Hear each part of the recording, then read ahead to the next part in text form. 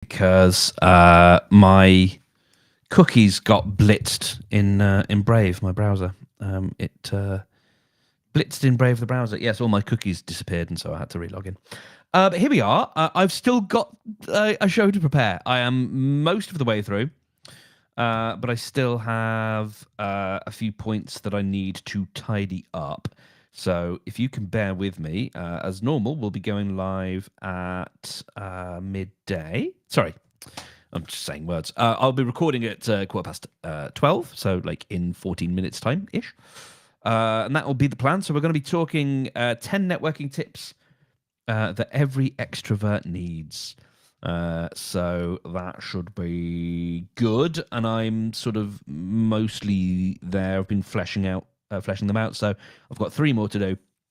And then I've actually done all the other little bits of admin, like the mailbag and the extra shot and the next time. And then I just need to write the one more thing and the intro, and then I think we're good to go. So if you can bear with for a bit, then we'll have ourselves a merry little episode. I might put a little caption up actually to say, let's have a look here. We've got lower third. I might try the lower third. It says primary text, right? Mark is writing. He's working on the show and will be chatting soon. Let's try that. See what that looks like if I pop that up. There we go. Mark is writing. He's working on the show and we'll be chatting soon. So there we go. All right. And as I do that, correct the zoom.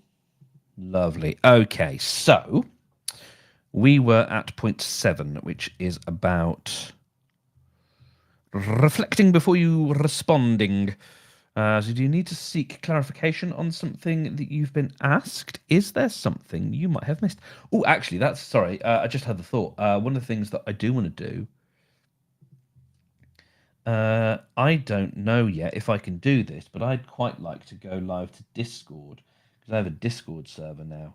It's only me in there, but I figured I'd set that up. It doesn't look like I can. I would have to do that elsewhere. Oh, I can go live to Telegram. Yeah, but I can't do Discord. By the looks of it. Oh, there's Nitro. Oh, no, that's Nimo. That's a different thing.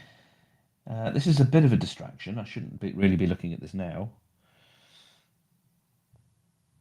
It'd be nice if they just did audio, because Discord's audio only. Otherwise, I'd have to pipe audio through to another thing, which I don't really want to do. Restream this very, very quickly. Is this a thing that could be done? Open your Restream chat settings, go to Discord, and click Connect Discord. That might just be for chat.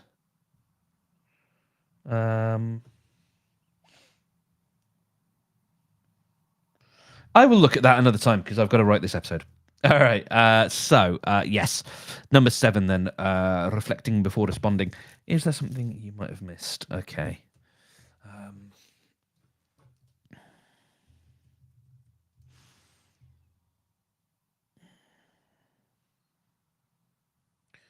Yeah, do you need clarification on something you've been asked? Is there something that you might have missed?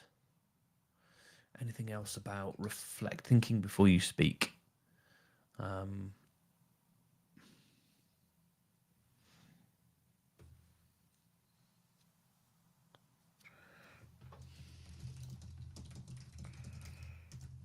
You don't need to fill the silence.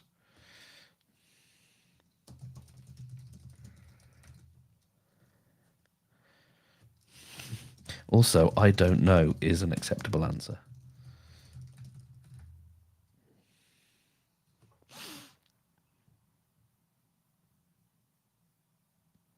So this is practice mindfulness. Encourage practice mindfulness techniques such as. Oh yeah, okay, that's an interesting one.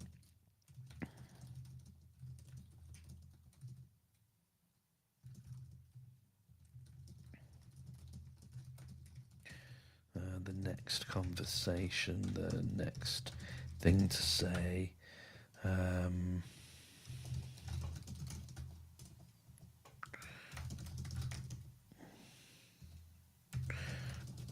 Talking.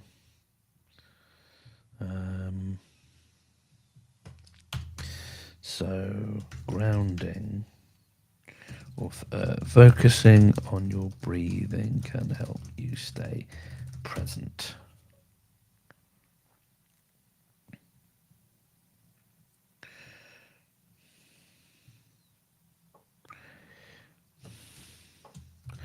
When you're more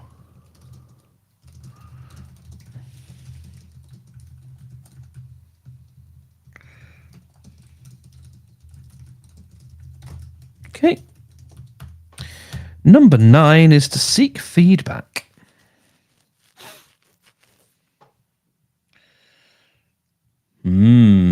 Okay, right.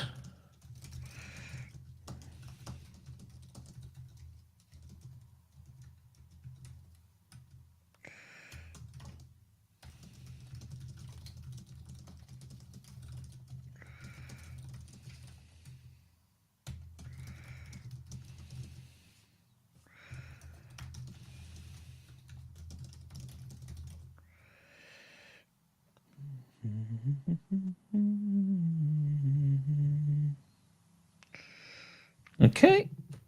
Yesterday's was 40 minutes, so I think today's is going to be shorter, which is a blessing, I think. Because yeah, it was a long old episode yesterday, or long old record. I actually managed to get it under 20 minutes, just under the wire, by cutting out a lot. I think we will have less of a problem with that this time, but who knows? Let's see. Okay, be yourself.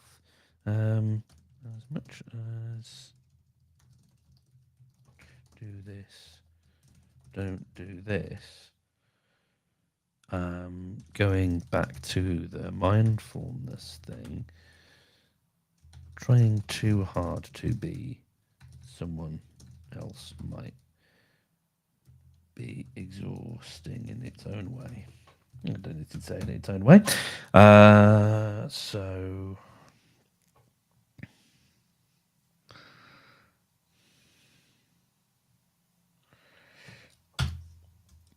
keep hold of your natural curiosity for people.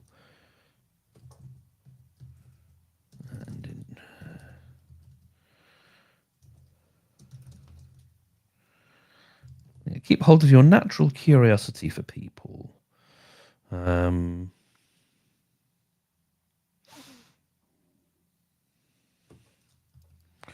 If you catch yourself in bad habits, don't beat yourself up. Beat yourself up. Return to the conversation, or note it without judgment, and then return to the conversation.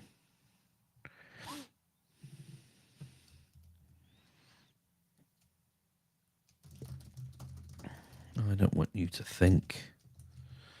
We're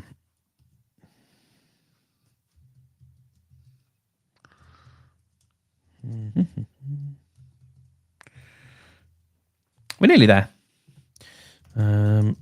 I tell you what, I got a rumbly tummy today. I got a very rumbly tummy. I am hungry. I'm going to enjoy some lunch today.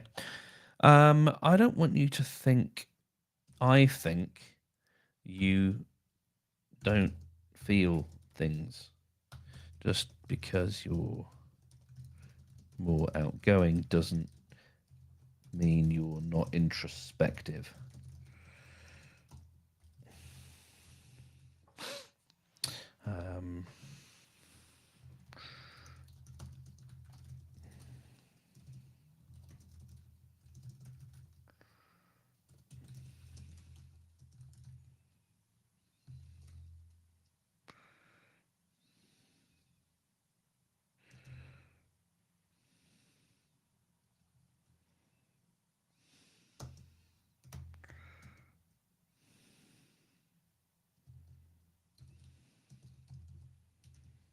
we need you, but the more self-aware you are, or the more aware you are of your tendencies, just like introverts need to be aware of theirs. So the more aware you are of your tendencies, I'm gonna. Would you come on, Notion? The more aware you are of your tendencies, the more natural or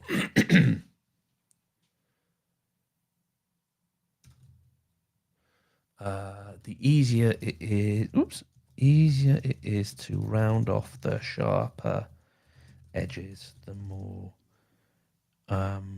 enjoyment.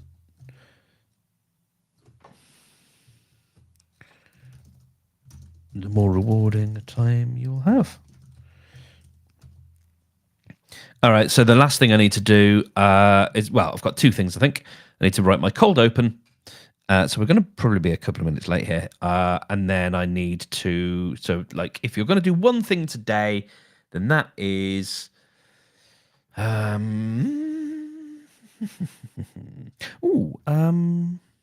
think about the last networking event you went to, or the last time you met someone who. All right, think about last. Did you meet people you'd want to follow up with?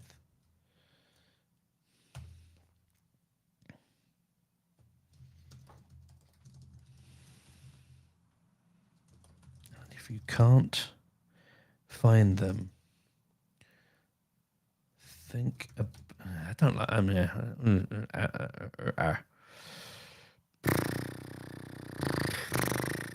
It's nice to do something a bit more reflective for this one. So, if you do one thing today, think about the last networking event you went to.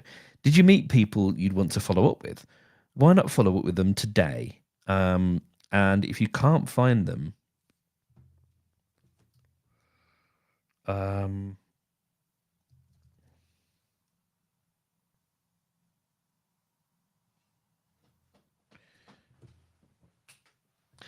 make a note of how you can. I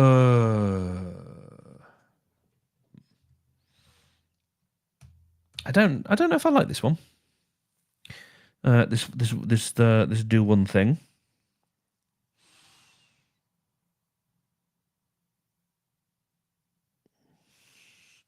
Okay. Book yourself on networking on some sort. Whoops. The next. Oh God. Right. Think about the next networking opportunity you have. Make a plan to follow up with 5 to 10 people.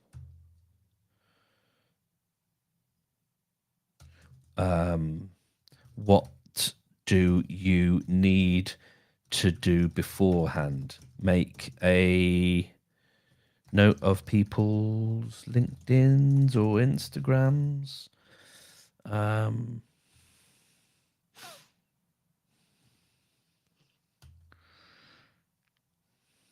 All right, so make a plan to follow up with them with 5 or 10 people. What do you need to do beforehand?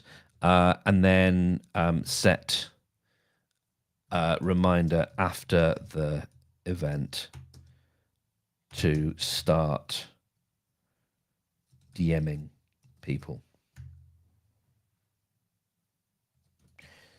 This way you can not only be the life and soul of the party, but you can also be the one who initiates that deeper connection. Cool. All right. We're so nearly there. Bailey, be quiet. Sorry. Bailey's board. We are so close. We are so close. Right. And okay, I think that's fine. So cold open then.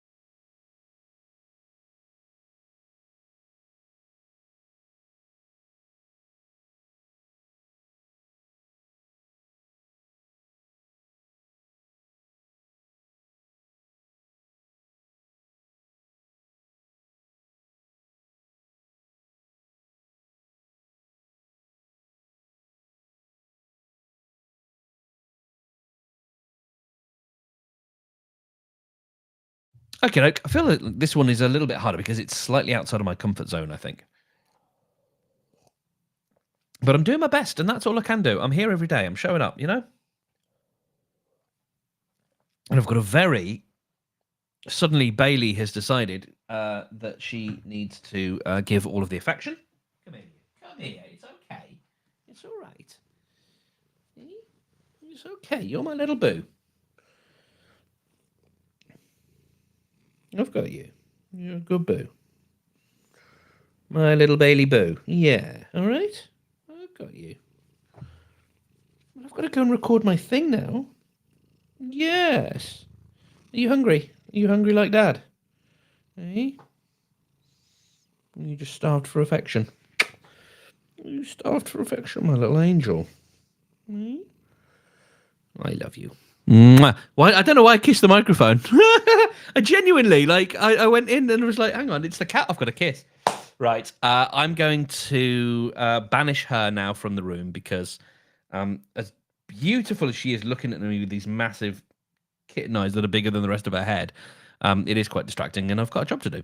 And we are running a little bit late. So I will usher her gently out and then we will get working on this thing. You're over there, by the way. Hello. Very distracted today. Come on, boo. That's a good girl. That's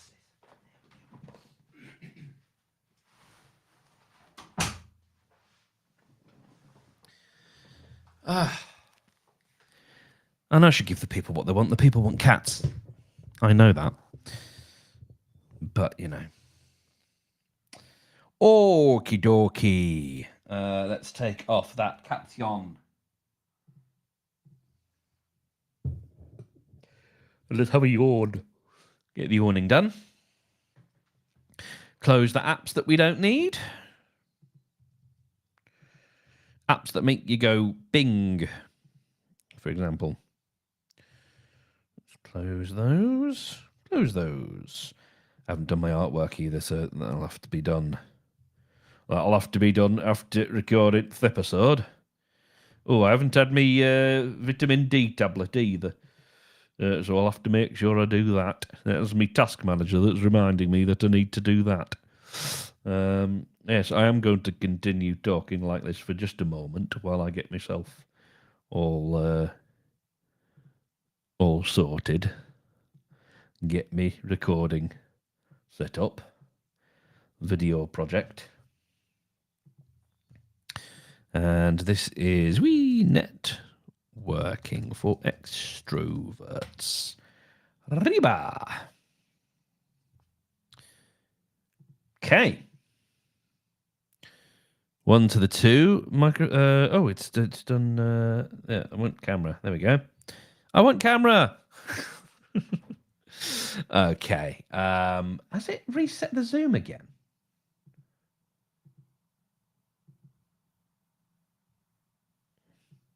Yeah, keeps doing that. I wish it wouldn't. I wish it wouldn't. All right. All right. All right. Let's do this. Let's do a recording. It's gonna be great. God. Okay. Right. Everything's closed. Let's do this final bit here. Make my text nice and big so I can read it. Final checks. Make sure I'm not covered in fluff. Did one of these last week. I recorded quite a nice episode. Oh yeah, it was all about the Enneagram. I think that was last week, and had some nice attendees. And I looked at the top of my t-shirt, and it was covered in cat hair, like distractingly so. There we go. Okay, it's all fine. We're gonna have a very good episode. I'm just settling into it now. You know what I mean? We're late. We're late. It's fine. The point is to be here at midday. That is the point.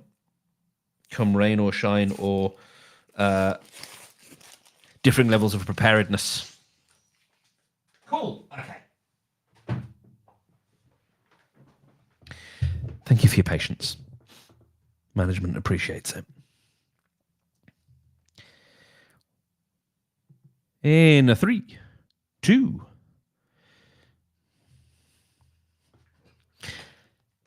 Networking is a piece of cake if you're an extrovert, right?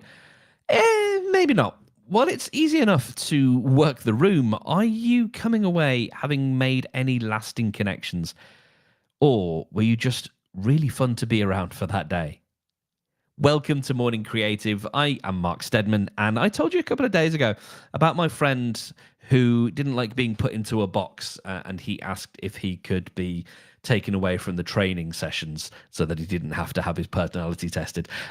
He is one of my best friends, and I've known him for about 15 years, and I did not like him when we first met. He knows this. He's heard the story plenty of times, but it's absolutely true.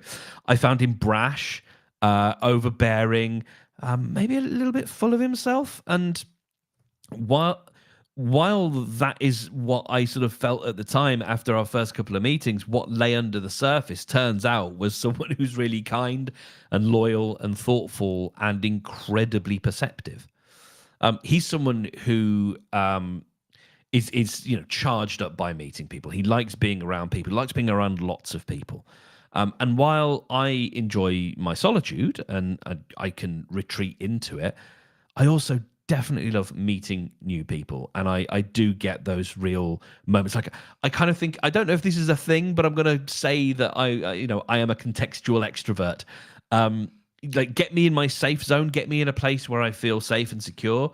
And I will be the life and soul of the party. Like I will get to the point where people are like, all right, Mark, tone it down, versus being in an unfamiliar environment or being, with lots and lots of strangers, then I tend to change. But, whether it's lowering those inhibitions through alcohol or just feeling like, actually this is a safe space. I can really let the dogs out. And so I kind of think I do. I don't know if I'm an ambivert, but I think there are definitely contextual moments where I can be that, that guy. And that can maybe be a little bit much. And so today I've got some tips for extroverts or for when you are in that zone where you kind of feel like, actually, you know what, I am going to be the life and soul of the party. It's going to help you get the most out of those experiences when you're meeting new people in a kind of networking scenario. And I didn't really touch on this yesterday, but when we're talking about networking, we're not necessarily or at all talking about like business networking, chamber of commerce, that kind of stuff, business cards, We really are just talking meetups. At the end of a gig or at the end of a conference or a talk or something like that, where you've got the opportunity then to meet new people who are of a like mind. That's all it is. That's networking. So for creative people, that's the kind of thing I'm talking about here. Not necessarily let's run around the room and get as many business cards as we want so that we can build our LinkedIn profile. So we might, like I said up top, we might think networking is easier for extroverts, and in some ways, I think that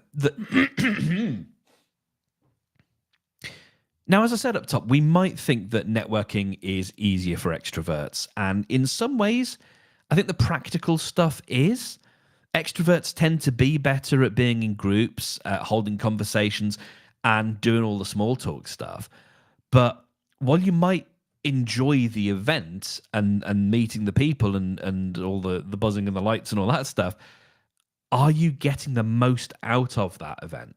And let's be real. Let's put the tiger on the table and yell at it. Is everyone enjoying you? Have you created like real connections with people, or have you just been the life of the party and someone who's really fun in small doses? So here are my 10. We did 10 yesterday, networking for introverts. Here is my attempt at 10 tips for networking when you are an extrovert or you are in extrovert mode. So number one is active listening. This is, as a podcaster, this is something I actually discourage when it comes to the verbal cues, but there's in moderation, verbal active listening cues, the whole, that's interesting. In tiny amounts, they can be useful, but also, we're talking about nodding and using eye contact and just showing that you're listening, because it doesn't always need to be your turn to speak. And again, like, I say this as someone who identifies with a lot of this stuff, right? I'm not just ragging on extroverts. It doesn't always need to be your turn. Sometimes you can just listen and you can still show that you're there. You can still show that you're on and that you're engaged by literally just showing that you're interested, demonstrating, using eye contact, making sure that you're looking at them, nodding, asking follow-up questions. If it feels like something's gone into a bit of a cul-de-sac, there might be a question there. There might be a word or something or a term or whatever someone's used that you could then ask, what does that mean to you? Or what does that make you think of? Or this is what I'm thinking of when I hear that word, but what does it mean for you? And like I said, if you're going to do the active listening kind of noises, the ums and the whatever, like, don't overdo it. There are some people who I don't know if you've encountered this, but they really pull focus. I don't know if they mean to do it, but that's the effect that it has. Someone else is talking and they're going, and it's some people really go for it. And I think there's, everything in moderation. um, And if no one else has anything to say, then you can jump in, but try not to jump in straight away. And maybe think about seeding the ground if you go in at the same time as someone else, so you get that awkward moment where two people start speaking. Don't be that person who speaks over the top and then keeps going, and then it becomes a fight. Like, I hear that in podcasts. There's certain people I listen to. You hear this in podcasts where they're like, no, I am going to continue speaking. We've both of us have started at the same time. It is now it's now a survival battle. Who is going to outlast the other one by continuing to speak? Be the one that's like, I'll let you go. Yeah, they might even have interrupted you, but being the person who can actually go, oh, okay, I'll let you go. That kind of stuff gets subtly noticed by people, I think.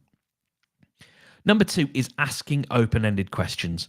I have an instinct to ask questions because I feel like that's a thing that I should do, especially if I want to support someone. I kind of tend to go in with the asking questions because I'm conscious of, you get me in an area that I'm familiar with or excited about, and I can yammer on. I mean, I do a daily podcast where I talk for 20 minutes a day, for God's sake. So, you get it.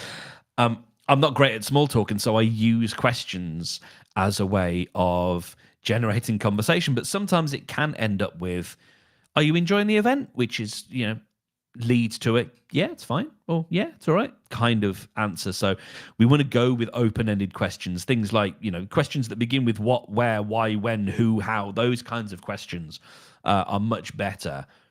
I think they're just much better, to be honest. are much better. So try thinking about the phrasing of your questions and see if there's a way that you can open them up and give people that opportunity to expound. Number 3 then is to try and avoid interrupting. Some people do it. Some people interrupt because of that. Oh yeah, some of us do this because I think there's a fear that if you don't, like, if you interrupt, it. Oh dear. No, let's do all that again.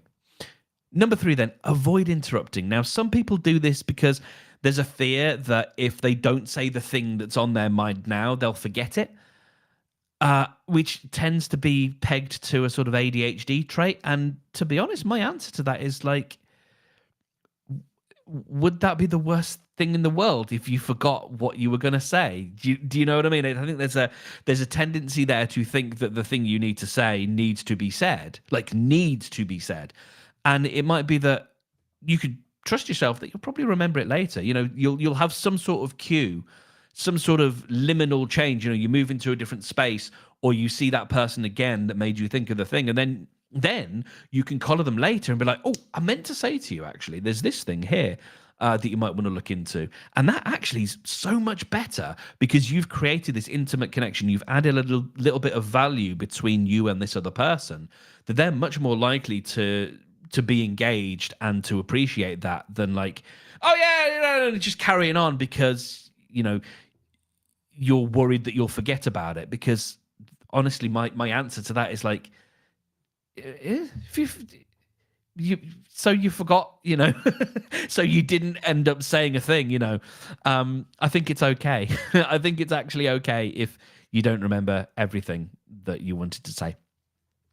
Number 4 is focus on understanding. So I love throwing out info if I'm knowledgeable on a particular topic. I've caught myself a few times in certain spaces now, and I think it can come off sometimes as, wow, this person like really wants to tell us that he's always got the answer, like he's got the answer to every question. Okay, well done to him, you know? And actually where it comes from is completely from that space of like, oh, I know this as well and I can help. It's coming from a good place and a good space. But I think it can sometimes come off as like, all right, let's let someone else go. And so that's kind of the point here for number 4 is to let someone else go first. See, you know, allow there to be a beat of silence, allow there to be a moment where no one has the answer, and but also leave that time for people to come up with their own answer. You know, sometimes asking a question is better than providing an answer, and you know, leaving space sometimes is better than jumping in straight away, because you might find that someone just needed a little bit of extra time to come up with their answer. And also, the thing you have the answer to might not strictly be the question that they were asking or the problem that they were talking about or whatever. And, you know, sometimes we have this sort of, we snap to a grid where we're like, I'm pretty sure I have some knowledge adjacent to this that would be interesting. But that might not be specifically the thing that they're asking. So if you jump in too quickly without saying, when you say X, are you talking about this? And then you can expound if you're certain that you've actually got the right piece of info. Number 5, practice empathy. I'm not saying you're not empathetic, but it's one of those things that it's useful to just be reminded of. Remember that this isn't fun for everyone. These events aren't fun, especially at the beginning where, you know, no one really knows each other and lots of people are feeling inhibited. Lots of people do find that stuff draining, and you might not. You might find it charging, but bearing in mind that lots of people will find this draining, you might be quite skilled at reading and mirroring. You are probably quite skilled at reading and mirroring body language, I would imagine, if you feel extroverted. So you can use that energy to bring yours down a little bit. So you can use their energy to bring yours down a little bit. This, I believe, is called co-regulation. When two people get together, they can regulate each other's nervous systems. So if you are someone who's maybe a bit spiky and a bit up, and you chat with someone who's a bit down, you can use that rather than you trying to bring their level up to you. actually use theirs to go, okay, I can speak a little bit slower, a little bit quieter. I found that when there's a wonderful person called Pete Mosley who I met a couple of years ago, and his whole thing is about quiet people. Yes, introverted might be a word, but like quiet, I think is in so many ways a better word. And I don't know if he's an introvert. I actually wouldn't want to make that kind of a judgment. I don't know, but he's quiet and he's deliberate with that quietness. And what that means is, if you are loud because maybe you're doing it as a coping mechanism, or maybe you're there with a friend and you're just so relieved to be, speaking to someone who gets you, and you feel that security, and so you're kind of being a bit big and a bit up and maybe drawing attention to yourself. Speaking to someone, matching that energy of someone who's a bit quiet, and just help you bring that down, bring you more into a listening space, which is really, really helpful. It helps you, like we've talked about before, be on receive and not just on broadcast. Okay. Number six is to pass. Number six is to pass the mic. So if you're in a huddle, and you know someone has got a good answer to a question, or you've got that sense, you're starting to pick it up from the room of like, oh, this person probably knows, or maybe they're slightly off somewhere else, and their name, you might bring them into the conversation. Like, oh, actually, you know what? Susan knows the answer to this, and bring Susan over, kind of thing. That can be a really nice way of, you are still being useful, you are still adding value, you are still in many ways being memorable, but you are passing the mic to someone else to allow them to shine as well. So use your tendency or your willingness to jump in and help, but actually help by passing the mic to someone else, even if, and perhaps especially if that is someone who is as expert as you on a particular thing. If you're there and you're talking about a particular camera technique or mic technique or something, to do with your field, and you know the answer, and you've got your good sense of like, this is what should be done. But actually, Pete over there is like, actually, I know they know some stuff about this as well, and maybe we differ, maybe we don't.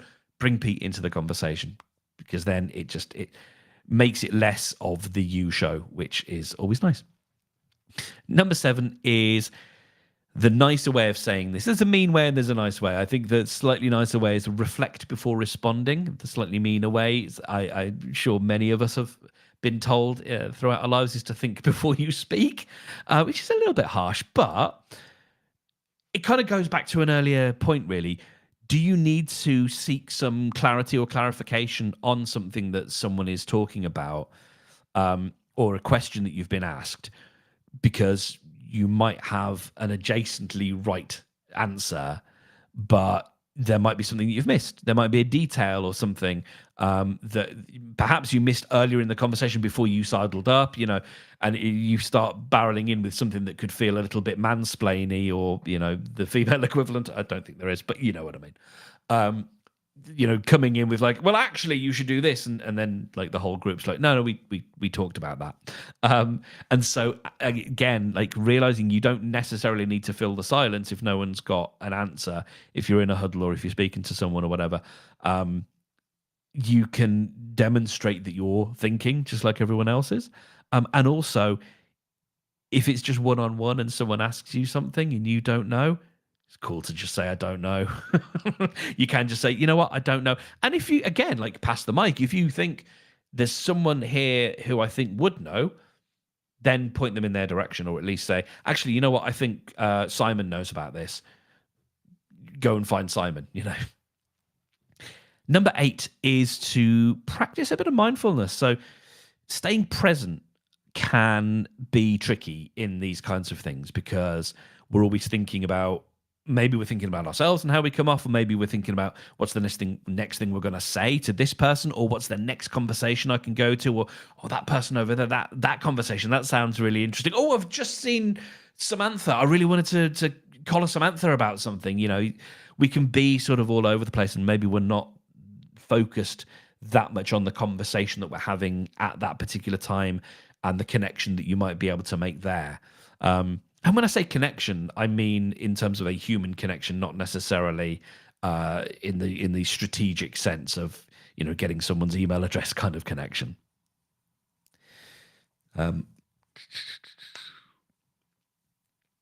So focusing on your breathing can help you. It can help you sort of stay present and just give you that thing to focus on.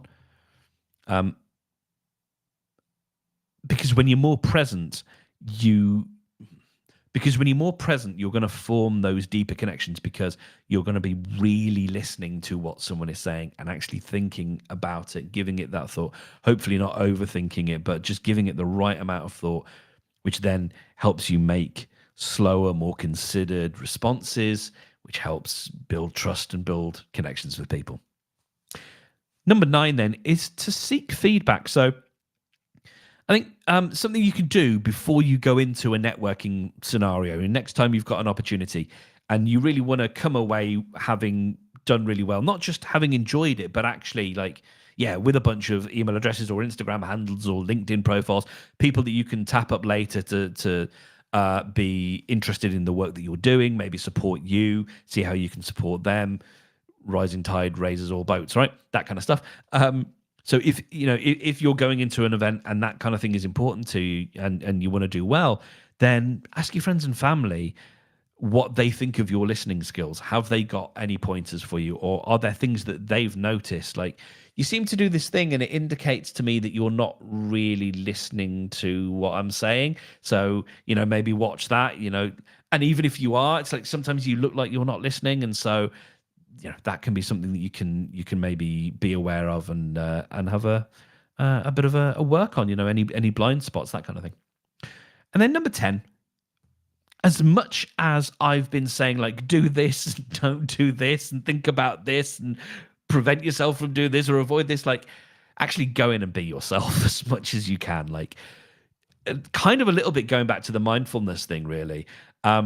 Try not to be someone else, because that in itself can be exhausting, so if you do notice yourself maybe berating yourself, if you do notice yourself getting into a habit or something that I've talked about here that you think, oh, you know what, actually I want to be aware of that or curb that behavior or whatever it is, when you notice those moments, don't give yourself a hard time about it.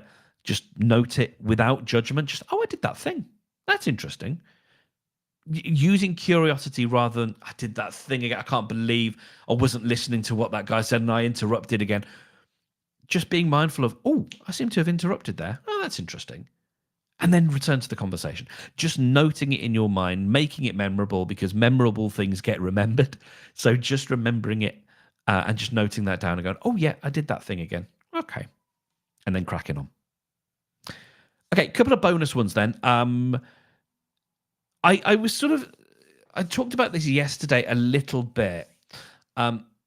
If you're in a group of people, it can be really, really helpful if you can make a little bit of space in that group. So rather than standing in a closed circle, if you go for an open circle where there is a gap, that invites people in.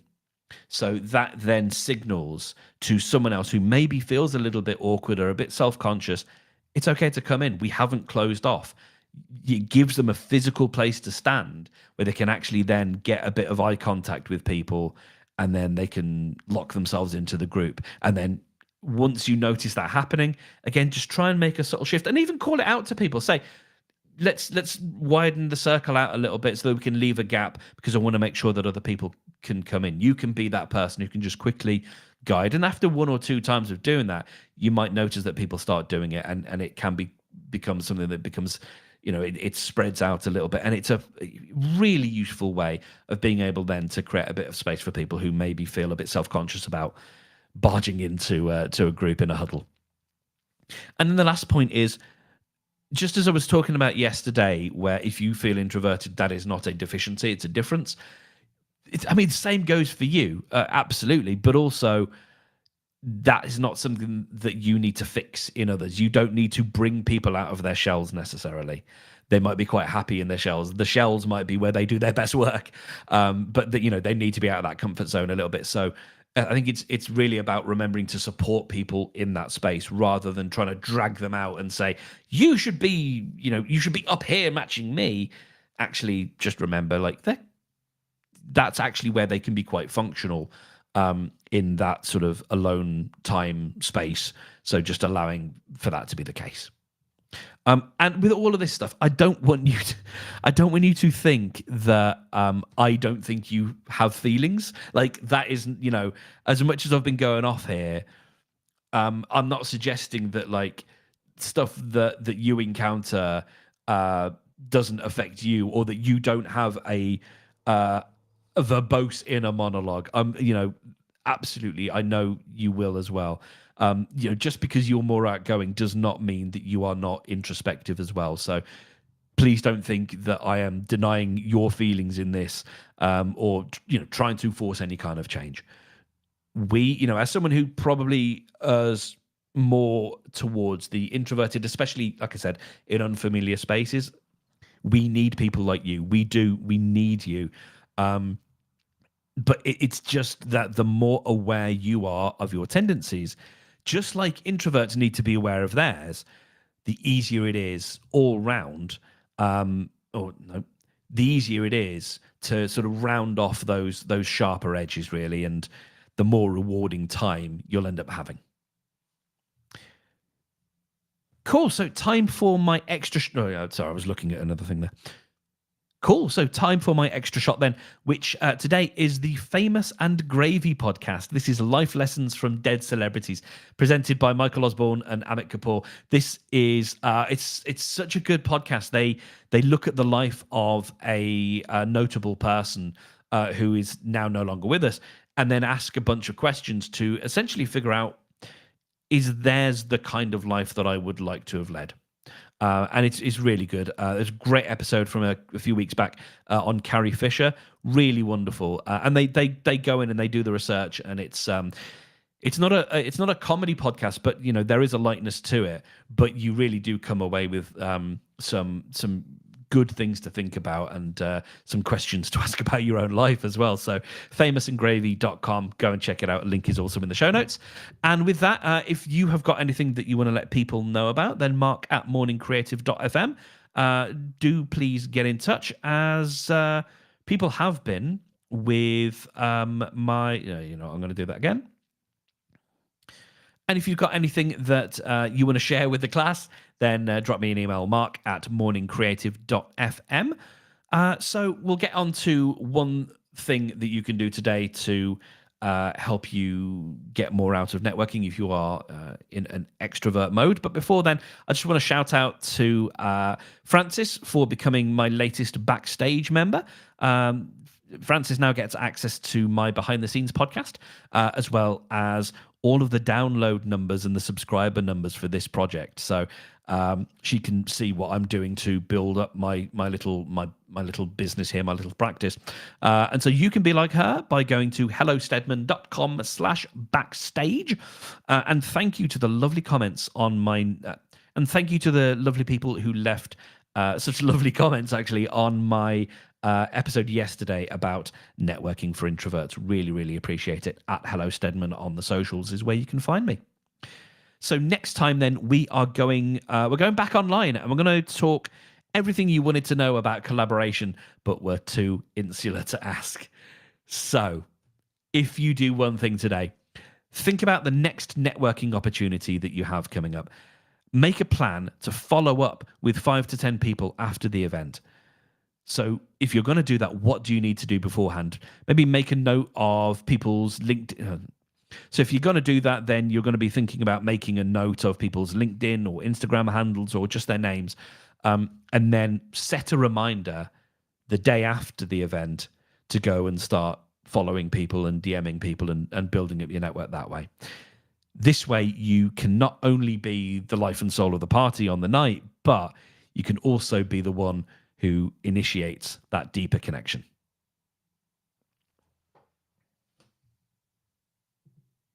Cool. There we go. We made it. We made it out alive. The outro now gets tacked onto the episode automatically. So that's all good. Right. So now it just leaves me to check the project here. We've got a couple of little bits to edit. I don't think it's going to be too egregious. Let's see how long this one went off for. 27 minutes. Not as bad as yesterday's. And we'll certainly shorten that down a bit. But yeah, 27 minutes. There we go. Sorry. Ooh. I tend to find these listicles do go longer. I think they're useful. I like doing them. But sometimes I can go off on and pick one particular one and really hammer it home. All right. Let us count the ums. That's the game that we play today. So, how many times do you think during the recording of that episode, just the recording alone, did I say If you would like to pop it in the chat, you're more than welcome to do so. I'm going to have a yawn again. Oh. I'm going to reduce my word gaps.